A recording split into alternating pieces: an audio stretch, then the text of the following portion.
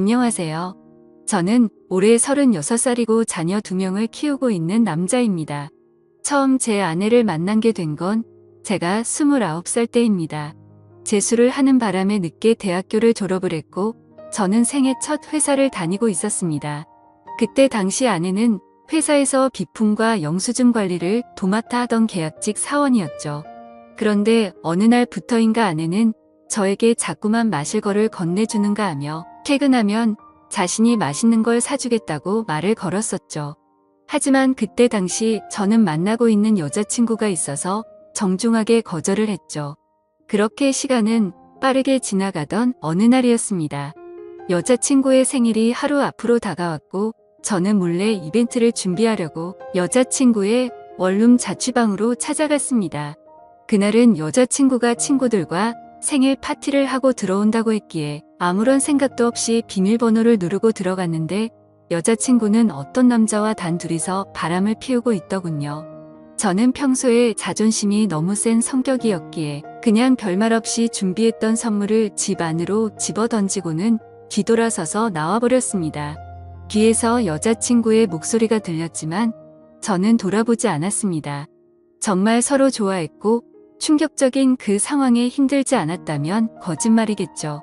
하지만 도저히 용서를 할 수 없었기에 모든 연락을 피하고 저 혼자서 그 상처를 묵묵히 견뎌내고 있었습니다. 그런데 제가 그렇게 힘든 걸 아는지 모르는지 계약직 사원이었던 아내는 제게 매일같이 호감을 표시하더라고요. 사실 저는 아내에게 관심이 없었습니다. 외모는 평범하면서도 귀여운 편에 속했지만 여자에 대해 진절머리가 났던 상태였습니다.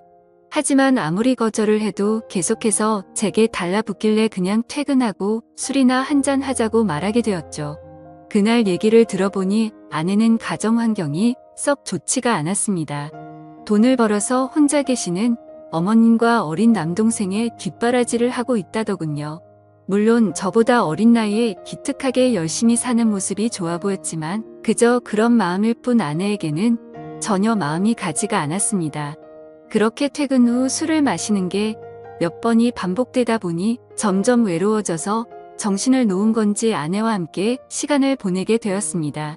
사실 그날 이후로 사귄다고 말만 하지 않았을 뿐 다른 연인들처럼 데이트도 하고 사귀는 것과 다름이 없었죠. 그렇게 몇 개월을 지내다 보니 새벽녘에 전 여자친구에게서 연락이 오더군요. 사실 시간도 많이 지나게 되어서인지 별로 대수롭지 않게 생각을 하게 되었고 결국에는 헤어졌던 여자친구와 다시 만남을 가지기로 했었습니다. 그로 인해 퇴근 후 데이트를 하던 아내에게는 이제 서로 신경 쓰지 말고 남남처럼 그냥 지내자라고 말을 해버렸습니다. 하지만 다시 만났던 여자친구와는 며칠도 채 가지 못해서 다시 끝이 나고 말았죠. 처음에는 대수롭지 않게 생각했지만 만나면 만날수록 그때 있었던 일이 자꾸만 떠오르더군요. 더 오래 만나다가는 제게 의처증이 생겨나 버릴 것 같고 상상만 해도 견딜 수가 없어서 또다시 헤어짐을 선택하게 됐습니다. 그러던 중 저녁 늦게 지금의 아내에게서 갑자기 연락이 왔습니다. 한참을 아무 말 없이 망설이더니 임신을 했다고 말하더라고요. 사실 그때 그 이야기를 들었을 때는 많은 생각이 들었죠. 정말 임신을 한 게 맞는 건가? 나를 붙잡으려고 지어낸 이야기가 아닐까라고 생각도 했고 별의별 생각이 다 들었습니다. 저는 다시 한번 확실하냐고 물었더니 확실하다고 하더라고요. 솔직히 그때 당시 아내에게는 정말 몹쓸 짓을 많이 했습니다. 물론 어린 나이는 아니었지만 갑작스러운 상황에 어떻게 이걸 해결해야 할지 몰라 저는 무작정 아내를 무시하기 시작했습니다. 정말 지금 생각해봐도 제가 너무 무책임하기 짝이 없었습니다. 매일같이 울고 불며 이야기를 했지만 저는 끝끝내 아무 말도 하지 않고 모르쇠로 일관했었으니까요. 그리고 눈물만 뚝뚝 흘리는 어린 아내에게 따뜻한 말 한마디도 한 적이 없었습니다. 그렇게 시간은 지나갔고 아내는 마침 계약직 날짜가 종료되어서 회사에 더 이상 나오지 않게 되었습니다. 솔직히 그때는 저도 모르게 안도감이 먼저 들더군요. 이제는 가시방석에 앉아있을 필요도 없겠구나 하면서 말이죠. 정말 지금 생각해도 저는 천하의 나쁜 놈이었습니다. 아무튼 그날이 있고 나서는 멘탈이 제대로 잡혀지지가 않았죠. 그러다 어느 날 친형과 술을 먹게 되었습니다. 이런저런 이야기를 나누다 결국 지금까지 있었던 모든 이야기를 털어놓게 되었습니다. 당연히 친형은 제게 욕부터 하더라고요. 결국에는 부모님 귀에까지 들어가게 되었습니다. 집에서는 난리가 났었죠. 아버지께서는 남의 자식 망쳐놓고 뭐 좋은 일 있다고 매일같이 술이나 마시고 다니냐고 엄청 화가 나셨습니다. 어머니와 친형까지 저의 행동에 엄청나게 비난을 했었고 부모님께서는 집에 한번 데리고 오라고 하셨고 저는 또 무르쇠로 일관했습니다. 하지만 어느 날 형은 제 휴대폰 연락처를 뒤지게 되었고 아내의 연락처를 알아내어서 저를 제외한 가족들이 아내를 만나게 되었습니다. 그러고는 며칠 뒤에 저는 모르게 아내를 집으로 부르셨습니다. 저는 당연히 아무 생각 없이 친구들과 술을 마시고 늦게 집으로 들어갔는데 제 아내가 집에 와 있어서 정말 얼마나 깜짝 놀랐는지 모릅니다. 일단 어쩔 수 없이 저는 아내와 나란히 부모님 앞에 앉게 되었고 부모님께서는 앞으로 어떻게 할 거냐고 화를 내셨습니다. 저는 그냥 술김에 짜증도 나고 이 상황을 빨리 벗어나고 싶은 마음이 컸습니다. 그래서 홧김에 저는 그냥 결혼할 테니까 더 이상 좀 그만하라고 앞으로 이 문제로 왈가불가 하지 말아달라고 말했습니다. 솔직히 홧김에 그런 말을 하긴 했지만 당연히 그때 당시 저는 이 말을 한다고 해서 정말 결혼할 생각은 없었습니다. 부모님 역시 그러라고 말씀하실 일은 절대 없다는 확신에 차서 한 말이었죠. 하지만 예상외로 아버지께서는 그때 그 자리에서 또박또박 말씀하시더군요. 그러면 지금 처잡은 부모님이랑 조만간 만나서 이야기를 하고 싶으니 부모님이 시간 되실 때 자리를 한번 마련해보자고 하시더군요. 이때 당시도 설마라는 생각을 가지고 있었고 술에 취해서 그냥 대충 상황을 정리하고 얼른 일어나서 제 방으로 들어가 버렸습니다. 그렇게 아내는 집으로 돌아갔고 저는 술이 점점 더 올라오더니 제게 말도 없이 집에 찾아온 게 너무 화가 나더라고요. 그래서 새벽 늦은 시간에 전화를 걸었습니다. 차마 입에 담을 수 없는 욕이란 욕을 다하면서 막말을 엄청 쏟아냈습니다. 아내는 저희 부모님이 비밀로 하라고 해서 미리 말 못했다며 그저 미안하다고 울기만 하더라고요. 아무튼 그날 이후로는 부모님과도 말을 하지 않았습니다. 그러자 부모님께서도 저를 없는 사람 취급하시더군요. 그러다가 며칠이 지나서 친형이 제게 얘기 좀 하자고 부르더군요. 무슨 일인가 싶어서 형과 이야기를 하는데 오늘 부모님께서 아내분 어머님을 만나 뵙고 왔다는 이야기를 제게 해주더라고요. 오늘 가보니 그쪽 상황이 많이 힘든 걸 알게 되었답니다. 얘기를 해보니 아내가 벌던 돈들은 전부 처가댁에 장모님과 처남의 생활비로 다 들어갔었고 지금까지 아내가 모아놓은 돈도 없다고 말하더군요. 그쪽이 형편이 좋지 않아서 당장 혼수조차 부담하기가 힘든 상황이라며 제게 어떻게 하려고 이런 일을 벌인 거냐고 묻더라고요. 저는 그 말을 듣고 속으로 만세를 불렀습니다. 이제 부모님께서도 이 결혼을 포기하시겠구나라는 생각이 들었던 거죠. 그리고 그때 당시에 저도 취직을 한 지 얼마 되지 않았었기에 모아둔 돈이라고는 고작 1,000만 원 가량밖에 없었거든요. 하지만 보수적인 성격이었던 저희 부모님은 고집을 꺾지 않으셨습니다. 결혼식이야 가족끼리 조촐하게 치르면 되는 거고 집 문제야 본가에서 같이 살면 다 해결되는 문제니 뭐가 문제냐며 제 기대를 꺾어버리셨습니다.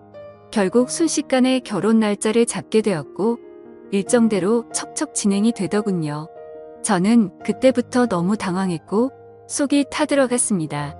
그렇게 좋아하지도 않았던 여자랑 결혼을 해서 평생을 함께할 생각에 암담하더군요. 그리고 부모님의 고집만 내세우니까 점점 화가 나서 크게 대들기도 했습니다. 제 앞으로의 인생이 달린 문제인데 왜 이렇게 무책임하게 진행하냐고 화를 냈죠. 그러자 부모님은 네가 저지른 문제는 성인이 된 네가 책임지는 게 맞는 거고 네가 결혼한다고 하지 않았냐고 되묻자 저는 할 말이 없어졌습니다. 그냥 그때 당시에는 모두가 저를 망치게 만들려고 하는 것만 같아서 사소한 거 하나하나 다 마음에 들지 않았고 고슴도치처럼 모든 게 날이 서서 삐뚤게 느껴졌습니다. 아내에게도 못된 말을 계속했습니다. 이따위로 억지로 결혼한다고 달라질 것 같냐며 나를 만나봤자 돈도 없어서 아무것도 못 해줄 거고 시집살이가 그렇게 호락호락할 것 같냐고 말했습니다. 그리고는 정말 너한테 잘해줄 자신이 없으니까 고집 피우지 말라고 했죠. 하지만 제가 그런 말을 할 때마다 자신이 더 잘하겠다며 말하는데 너무 답답하고 그 상황이 싫었습니다. 심지어 친한 친구 놈들 몇몇과도 술을 먹다가 이 이야기가 나오면 친구들은 온갖 욕을 제게 했죠. 그래서 점점 이 일로부터 자유로워지고 싶다는 생각이 들기 시작했고 결국 제 책임을 통감하고 모든 사람의 뜻대로 그냥 결혼을 하기로 마음을 먹었습니다. 하지만 너무 삐뚤어져 있었던 저는 그렇게 마음을 먹고도 막말을 입에 달고 살았죠. 부모님께는 잘 살 자신이 없으니 행복한 결혼 생활을 할 거라는 기대는 하지도 말라고 했고 아내에게도 늘 차갑게 몹쓸 말들을 많이 했습니다. 그리고 결국에는 결혼을 하게 되었습니다. 정말 좋아서 한 결혼도 아니었으니 신혼생활은 말할 것도 없었습니다. 신혼여행은 해외여행은 커녕 국내에 있는 흔한 여행지로 갔습니다. 심지어 그곳에 가서도 아내는 내팽 겹쳐두고 혼자서 이곳저곳 돌아다녔고 거의 말도 하지 않았습니다. 그리고 나서 일상생활을 하면서도 퇴근하고 집에 들어오면 게임을 하거나 TV를 보면서 지낼 뿐 아내와는 일상적인 대화는 나누지도 않았습니다. 그리고 주말이나 노는 날에는 저는 항상 밖에서 친구들과 놀고 술을 먹다가 들어오고는 했죠. 평범한 부부들은 아내가 아기를 가졌을 때 극진히 대접받는다고 하지만 저희 부부는 그렇지 못했기에 제 아내는 그런 대접은 전혀 받지 못했습니다. 오히려 제 눈치를 보느라 뭘 먹고 싶다라는 이야기조차 단 한 번도 한 적이 없었죠. 그렇게 아내는 제게 불평이나 불만을 전혀 말하지 않았습니다. 그냥 묵묵히 혼자서 어머니와 집안일을 했죠. 하지만 저도 사람인지라 마음이 안 좋을 때도 있었지만 자존심이 쓸데없이 너무 강한 나머지 그러게 내 말 듣지라는 생각으로 그냥 그러려니 하고 넘어갔습니다. 그러다 어느 날 새벽에 예정보다 진통이 일찍 와서 정신없이 산부인과로 향했습니다. 그런데 남들과 달리 하루가 꼬박 넘어가게도 출산이 되지 않아서 슬슬 걱정이 되었지만 결국에는 고생 끝에 어렵게 출산을 하게 되었습니다. 출산 후 지쳐 누워있는 아내를 보고 있는데 저도 모르게 갑자기 울컥해서 눈물이 나더군요. 힘없이 늘어져 있는 모습에 뭔가 모를 마음이 들었죠. 하지만 쓸데없는 자존심에 그 눈물조차 보이기 싫어서 그냥 문 밖으로 나가버렸습니다. 그날 장모님과 처남이 아내의 손을 꼭 잡고 있을 때도 저는 아내의 손을 잡기조차 겁이 나더라고요. 제가 무슨 자격이 있어서 그 손을 잡을 수 있을지. 그냥 무심한 척 수고했다는 말 한마디를 남기고는 그렇게 나왔습니다. 그날 이후로는 제 아내에게 미안한 마음이 많이 생겨났습니다. 언제나처럼 무뚝뚝하게 아내를 대했지만 마음은 그렇지 않았죠. 예전과 달리 미안한 마음이 생겨났었고 그동안 미안했다는 말 한마디를 하고 싶었습니다.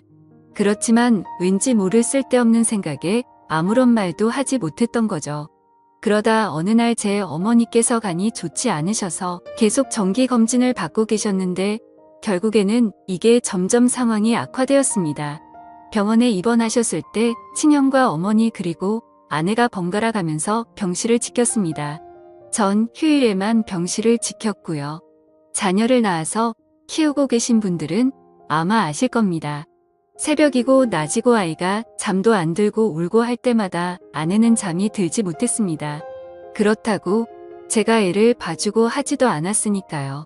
그렇게 잠도 제대로 못 자고 병실에서 간호를 했으니 그 피곤함은 말로 표현할 수가 없을 거란 거 잘 알고 있었습니다. 그런데 그때조차도 따뜻한 말 한마디 하지 않았습니다. 병실에 있던 다른 분들조차 며느리가 진짜 효녀라며 저한테 장가 잘 갔다는 칭찬을 할 때도 아무런 말도 하지 못했습니다. 입이 두 개라도 할 말이 없는 건 당연했던 거죠. 다행히 수술은 잘 되었고 어머니께서 퇴원하시기 전까지 아내는 그렇게 육아와 병간호를 했습니다. 어머니가 몸이 괜찮아지시고 집에 오셨을 때 부모님께서 물려받은 땅을 팔았다며 1억 5천만 원을 주셨습니다. 근처 전세라도 얻었어. 이제 분가라고 하시더라고요. 아내는 한사코 괜찮다고 말하는데 저는 그러자고 했습니다. 사실 이때 그러자고 말을 한 건 아내에게 미안한 마음이 너무 커서였습니다. 아무래도 시부모님이랑 같이 사는 것보다는 그래도 무뚝뚝한 남편일지라도 아들과 셋이서 사는 게 나을 거라고 생각했죠.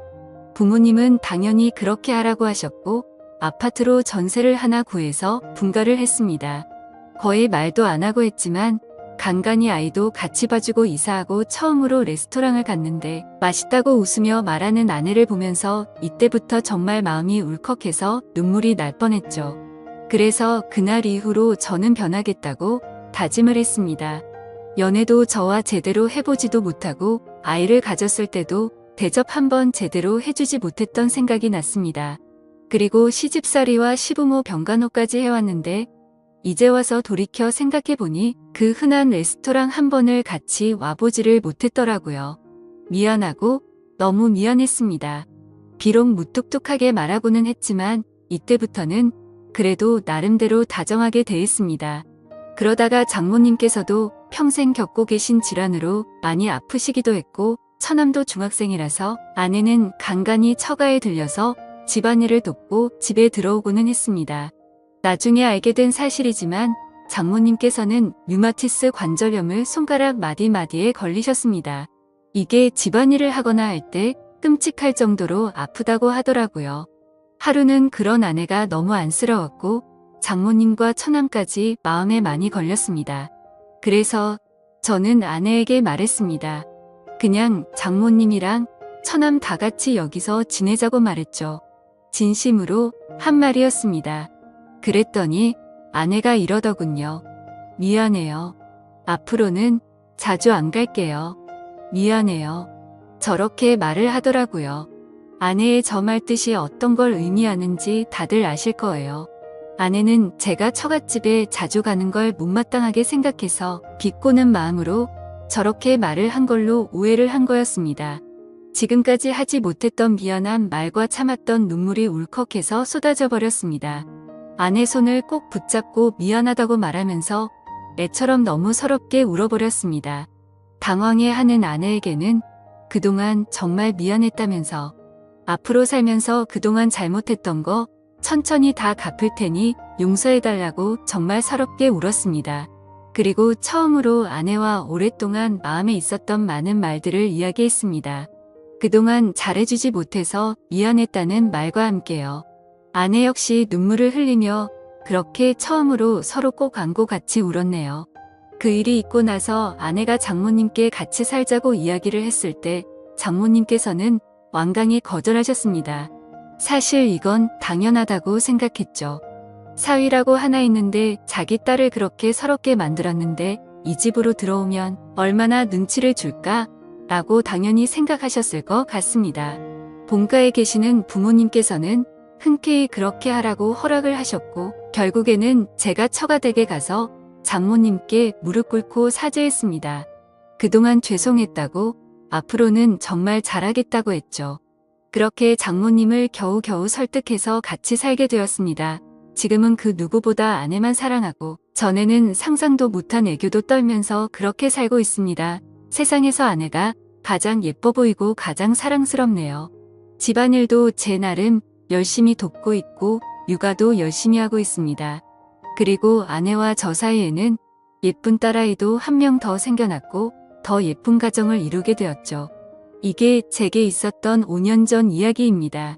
지금은 장모님과 처남 그리고 제 아내와 자식들 이렇게 6식구가 다 같이 행복하게 살고 있습니다. 넉넉지 않은 형편일지 몰라도 휴일이나 주말이 되면 가능하면 가까운 곳으로라도 바람을 쐬러 다니고 있고요. 지금은 아내에게 잔소리도 들어가면서 지내지만 그 누구보다 행복하게 해주려고 아내를 여왕처럼 받들고 지내고 있습니다. 그런 저를 기특하게 보셨는지 장모님도 항상 우리 사위가 최고라며 저를 감싸주시고 온 가족이 서로를 너무 애틋하게 생각하고 행복한 나날을 보내고 있네요. 지금은 정말 그 어느 때보다 행복합니다. 제 착한 아내 덕분에 저의 못난 모습들이 고쳐진 것 같아서 정말 고맙게 생각합니다. 아마 그때 아내가 저를 버리고 떠나버렸다면 저는 그저 그런 인생을 살고 있었을 테고 평생 후회만 하면서 살았을 것 같다고 생각이 드네요. 앞으로도 저는 과거의 아내에게 잘 해주지 못했던 걸 평생 갚아 나가려고 합니다. 물론 평생이 걸려서 제가 잘하더라도 그 큰 상처를 준 건 다 갚지 못하겠지만 지금은 제 아내도 행복하다고 말해주니 너무 미안하고 고마운 마음만이 가득하네요. 제 사연을 읽어주셔서 감사드립니다.